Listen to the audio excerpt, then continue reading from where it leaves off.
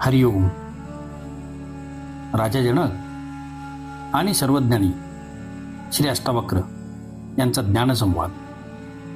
अष्टावक्र गीता, अध्याय 18, श्लोक 24. प्रकृत्या शून्य चित्तस्य कुर्वतो अस्य यदृच्छया प्रकृतस्यैव धीरस्य न मानो नाव मानता. अनुवाद.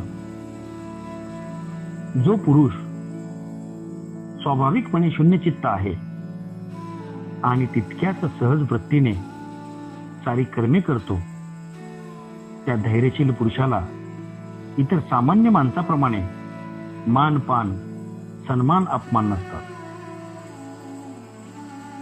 विवेचन. मान व अपमान ह्या भावना अहंकारातून निर्माण होतात. त्याचा अहंकार जेवढा मोठा, तेवढी मान अपमानाची त्याची भावना जास्त तीव्र असते.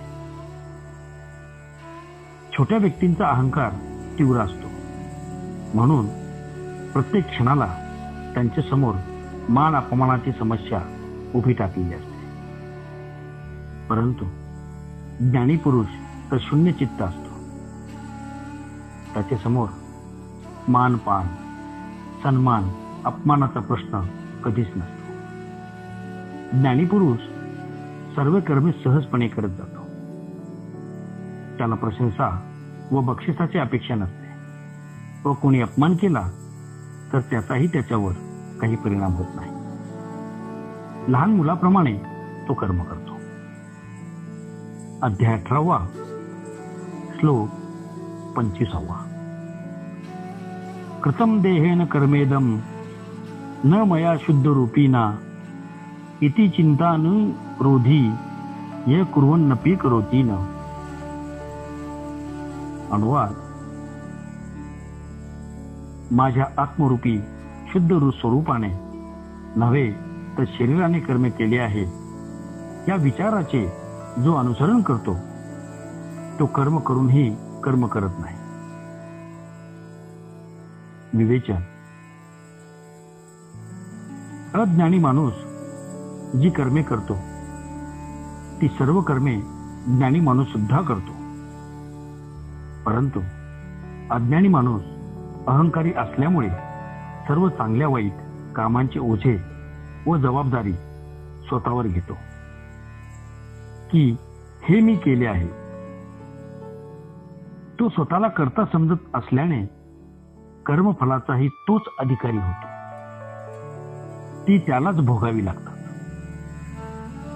अज्ञानी व्यक्ती फळांच्या अपेक्षेखेरीज कोणतेही कर्म करू शकत नाही.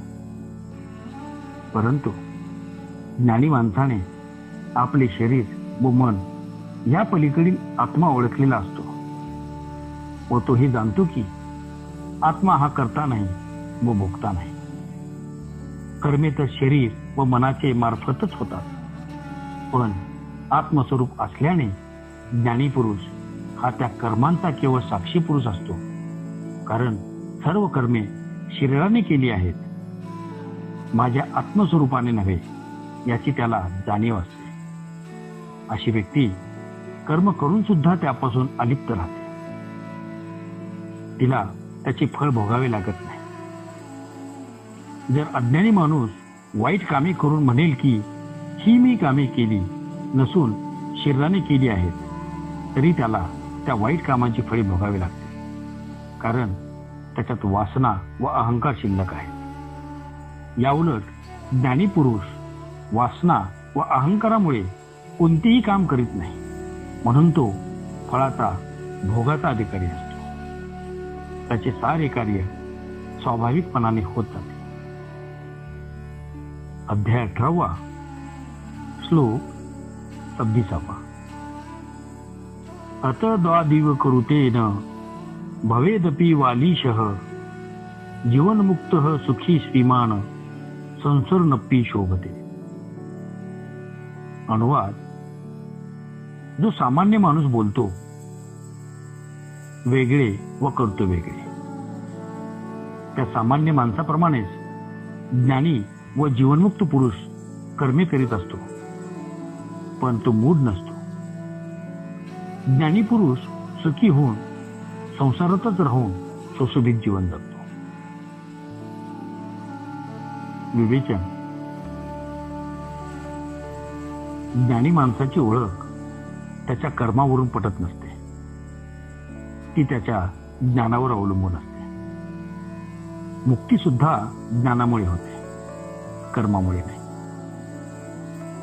सर्व कर्मांचा आधार शरीर, मन व अहंकार आहे. जोपर्यंत हे मन व अहंकार आहेत तोपर्यंत सर्व कर्मे, बंधने सुद्धा अस्तित्वात राहतात.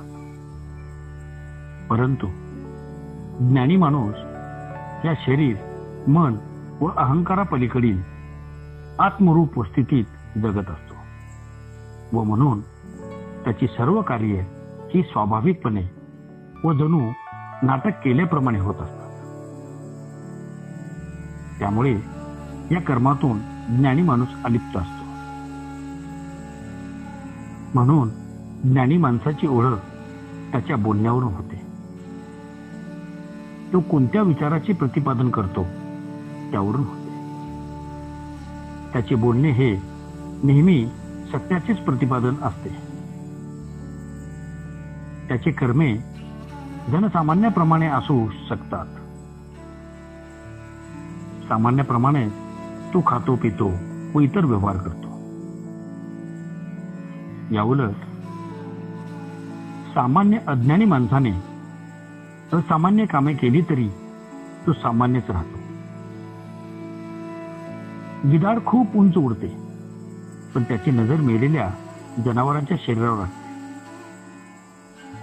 बगळा एका पायावर उभा राहतो, पण त्याची नजर माशावर असते.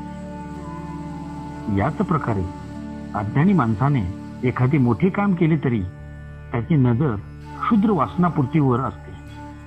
म्हणून मुनिश्रेष्ठ अष्टवक्र म्हणतात की ज्ञानी व अज्ञानी माणसाच्या बोलण्यात, करण्यात फार फरक असतो. ज्ञानी माणूस विवेक शक्तीने जगतो, सत्य तेच जगतो, सृष्टीचा एकात्मभाव आत्मसात करून जगतो. तर अज्ञानी माणूस अहंकार व वासनामय क्षुद्र स्वार्थी जीवन जगतो. दोघांमधले अंतर, फरक हा आतल्या भाव जीवनाचा, वैचारिक दृष्टीचा असतो. अज्ञानी माणसाचे कर्मे मूढपणातून जन्माला येते. ज्ञानी मूढ नसतो, म्हणून तो संसारात राहून सुशोभित जीवन जगतो. अज्ञानी सुद्धा त्याच संसारात राहून दुःखी जीवन जगतो. ज्ञानी माणसाची ओळख त्याच्या कर्मावरून नव्हती, तर ज्ञानामुळे पडते. अज्ञानी माणूस त्याच्या कर्मावरून ओळखला जातो, कारण तो कर्माच्या संदर्भात जगतो, ज्ञानाच्या नव्हे. ज्ञानी ज्ञानमय होऊन जगतो व कर्मातून अलिप्त राहतो. ओम शांती शांती शांती.